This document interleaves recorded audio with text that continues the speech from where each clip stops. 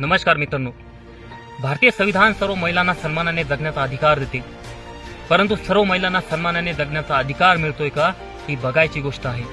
काल एक घटना घडली। फलटण तालुक्यामध्ये एका महिला डॉक्टरने आत्महत्या केली। सुसाईड नोट तिने तिच्या तळ हातावर लिहिली आणि त्या सुसाईड नोटमध्ये तिने 2 व्यक्तींची नावे लिहिली। त्यामध्ये एक PSI दर्जाचा अधिकारी होता, म्हणजे ज्याच्यावर आपल्या रक्षणाची जबाबदारी दिली, ज्याच्यावर कायदा आणि सुव्यवस्था राखण्याची जबाबदारी दिली, तो जर आपले शोषण करत असेल, रक्षकच भक्षक बनत असेल, तर सर्वात मोठी लाजिरवाणी गोष्ट आहे। महाराष्ट्र शासनाने महिलांच्या सक्षमीकरणासाठी बऱ्याच योजना आणल्या, जशी लाडके बहीण योजना आणली, जननी सुरक्षा योजना आणली आणि अशा बऱ्याच योजना आहेत। परंतु जर लाडकी बहीणच टिकली नाही तर अशा योजनांचं करायचं काय हा मोठा प्रश्न आहे। या डॉक्टर महिलेला लवकरात लवकर न्याय मिळावा आणि ह्या केसची फास्टमध्ये ट्रायल व्हावी आणि या आरोपीला लवकरात लवकर फाशी द्या, अशी मी महाराष्ट्र शासनाकडे विनंती करतो।